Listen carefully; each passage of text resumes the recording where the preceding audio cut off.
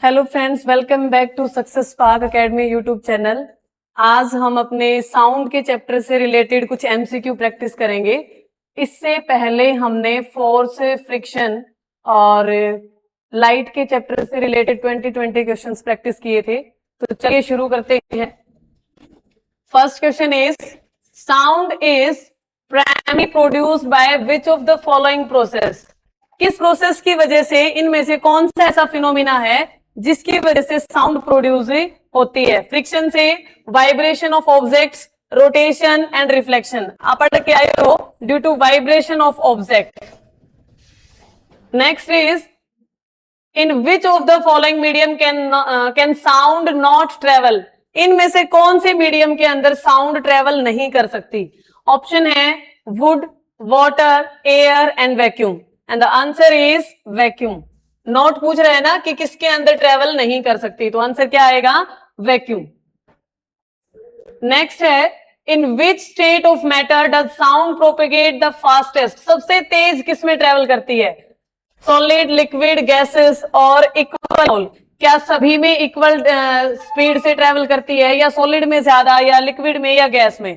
तो सबसे ज्यादा ट्रेवल करती है स्पीड से सॉलिड के अंदर। वैक्यूम के अंदर बिल्कुल ही नहीं करती। सॉलिड के कंपैरिजन में लिक्विड में उससे कम, और लिक्विड के कंपैरिजन में गैसेस में कम स्पीड से ट्रेवल करती है। Next is the number of oscillation पर second is called frequency. What is it's SI unit? किसकी एसआई यूनिट? फ्रीक्वेंसी के एसआई यूनिट। क्या होता है फ्रीक्वेंसी? नंबर ऑफ ऑसिलेशन पर सेकेंड, यानी एक यूनिट सेकेंड के अंदर कितनी बार ऑसिलेशन किया है उसे बोलते हैं फ्रीक्वेंसी। और इसकी एसआई यूनिट क्या है? हर्ट्ज। हर्ट्ज का सिंबल क्या है? कैपिटल एच और small Z. Next is the Audible range of frequencies for human ear is typically between. जो इंसान जिस आवाज को सुन सकता है, ऑडिबल जो है, उसकी फ्रीक्वेंसी की रेंज क्या होती है? फ्रीक्वेंसी क्या है? अभी अभी पढ़ा, नंबर ऑफ ऑसिलेशन पर सेकेंड। ऑप्शंस हैं 2 हर्ट्ज से लेके 20 हर्ट्ज तक, ये इसमें हाईलाइट रखे हैं। आंसर क्या है? 20 हर्ट्ज से लेके 20,000 हर्ट्ज तक। Next is in human beings sound is produced by vibration of which organs. इंसान के अंदर कौन से ऑर्गन की वाइब्रेशन से साउंड प्रोड्यूस होती है? क्या है क्वेश्चन? ह्यूमन बीइंग के अंदर किस ऑर्गन के अंदर वाइब्रेशन की वजह से साउंड प्रोड्यूस होती है? ऑप्शन हार्ट, माउथ, लारिंक्स और स्टमक। द आंसर इज लारिंक्स, जिसको हम वॉइस बॉक्स भी बोलते हैं। Next is which part of the year vibrates when sound wave strike it. Year का कौन सा पार्ट है जो वाइब्रेट करता है जब हम कोई भी साउंड, जब भी कोई साउंड वेव स्ट्राइक करती है उससे? तो क्या पिन्ना? पिन्ना बिल्कुल भी नहीं। ये तो क्या करता है, जो बाहर से साउंड आती है उसको कलेक्ट करके अंदर की तरफ लेके जाता है। कोक्लिया नहीं। ईयर ड्रम, यस, जो ईयर ड्रम है, कान का पर्दा जो है, वो वाइब्रेट करता है जब भी कोई साउंड वेव स्ट्राइक करती है उसके ऊपर।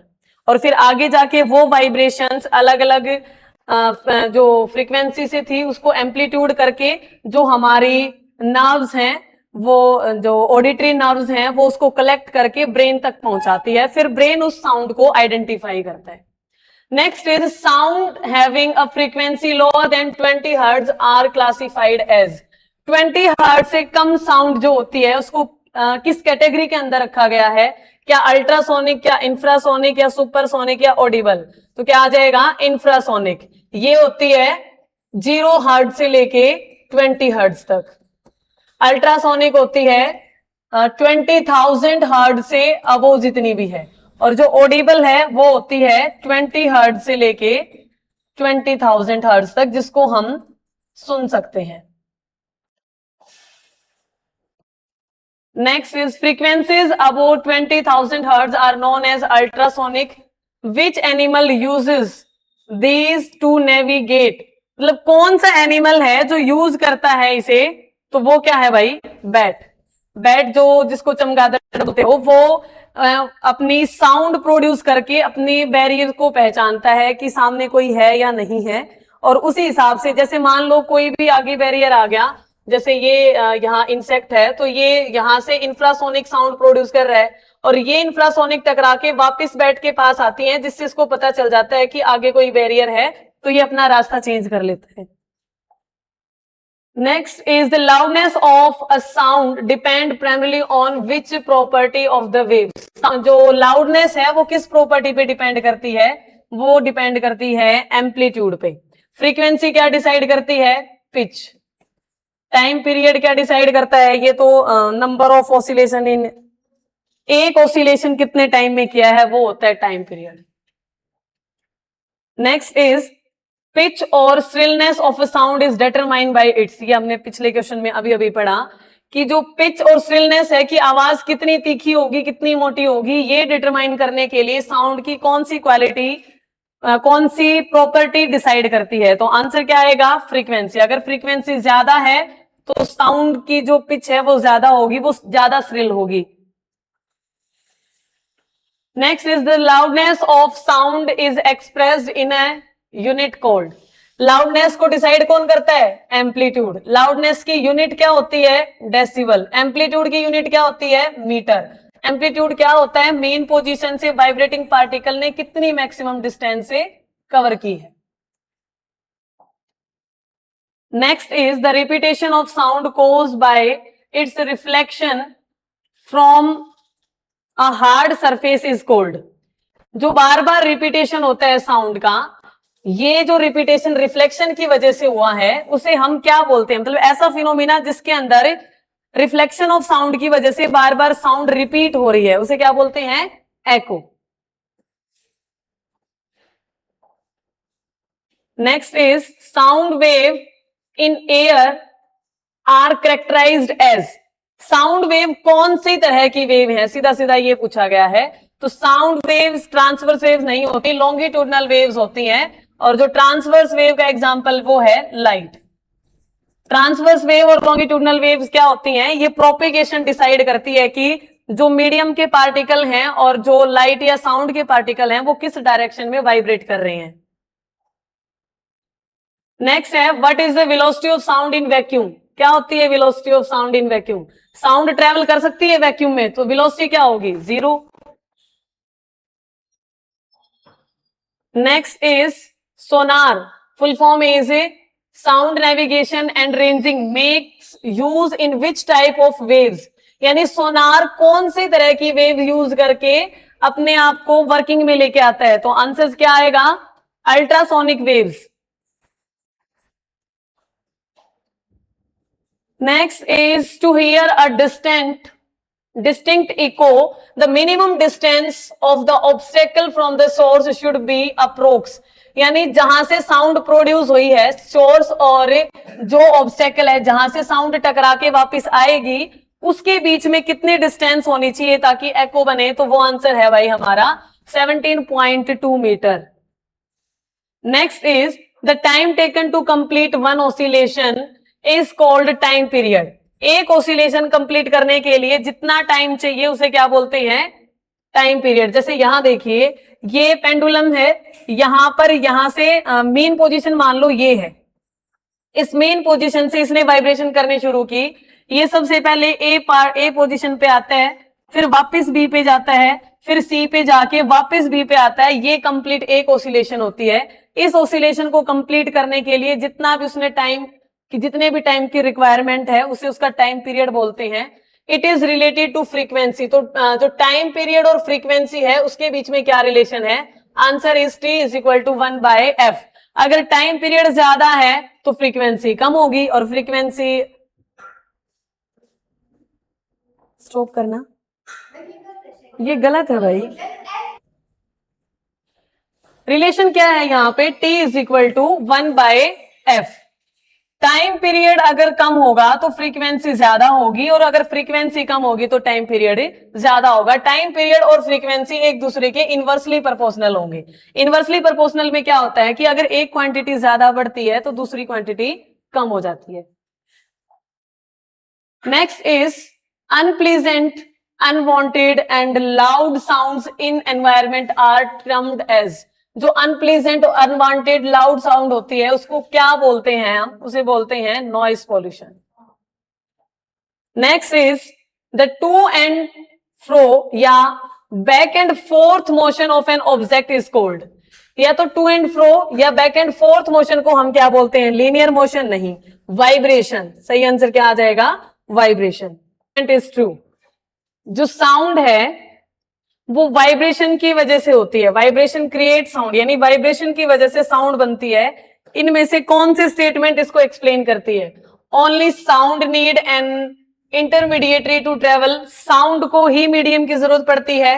लाइट और साउंड दोनों को जरूरत पड़ती है। Light need a medium but sound doesn't. क्या लाइट को ही मीडियम की जरूरत पड़ती है लेकिन साउंड को नहीं?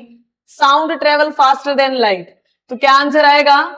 Only sound needs an intermediatory to travel, यानी कि साउंड को मीडियम की जरूरत पड़ती है ट्रेवल करने के लिए, बल्कि लाइट को जरूरत नहीं पड़ती, और इसी वजह से वैक्यूम के अंदर साउंड ट्रेवल नहीं कर पाती।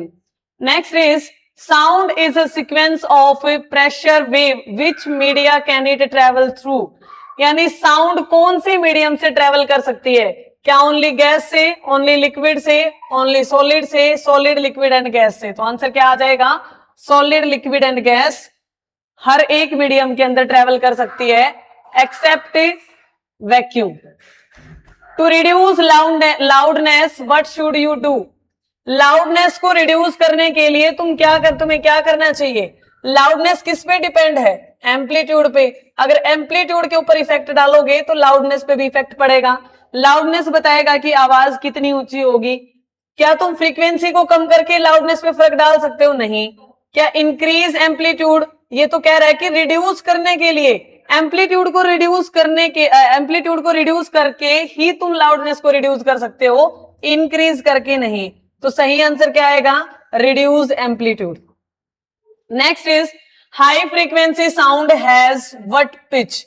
अगर किसी भी साउंड की फ्रीक्वेंसी हाई है तो उसके पिच पे क्या फर्क पड़ेगा? तो पिच और फ्रीक्वेंसी भी डायरेक्टली प्रोपोर्शनल होते हैं, इसीलिए उसकी जो पिच है वो भी हाई होगी। सेम एम्पलीट्यूड और लाउडनेस डायरेक्टली प्रोपोर्शनल होते हैं।